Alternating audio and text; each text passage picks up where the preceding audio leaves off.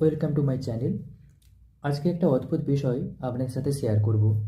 আমি স্যামসাংয়ের M35 phone ব্যবহার করি। এতে 6000 mAh ব্যাটারি আছে এবং এটি 25 ওয়াট বা 25 ওয়াট ফাস্ট চার্জিং সাপোর্ট করে। যখন আমি ফাস্ট চার্জিং অন করে ফোন চার্জ করি তখন সময় লাগে প্রায় 1 ঘন্টা 20 মিনিট, কিন্তু যখন নর্মাল চার্জিং ইউজ করে আমি ফোন চার্জ করি তখন সময় লাগে প্রায় 2 ঘন্টা। আমি 20% থেকে 90% ফোন চার্জ করি।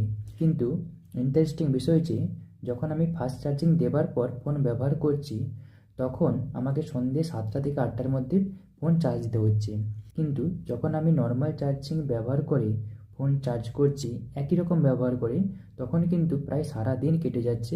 একবারে রাত্রি 11টার সময় আমি ফোন চার্জ দিচ্ছি। তাই আমি এখন রোজ নর্মাল চার্জিং ইউজ করি, অর্থাৎ ফাস্ট চার্জিং অফ রেখেছি এবং পরের দিন সারা দিন ধরে কিন্তু ফোনটা ব্যবহার করি। তাই আপনার মোবাইলেও যদি ফাস্ট চার্জিং অন আর অফ দুটো অপশান থেকে থাকে, আপনি দু রকমভাবেই ব্যাটারি চার্জ দিন, অর্থাৎ ফোনটাকে চার্জ দেওয়ার পর ফাস্ট চার্জিং অন করে এবং আরেকবার ফাস্ট চার্জিং অফ করে ফোনটাকে চার্জ দিয়ে একবার দেখুন যে কীরকমভাবে আপনার ব্যাকআপ আসছে। রেজাল্ট যা আসবে আমাদের কমেন্টে অবশ্যই জানাবেন।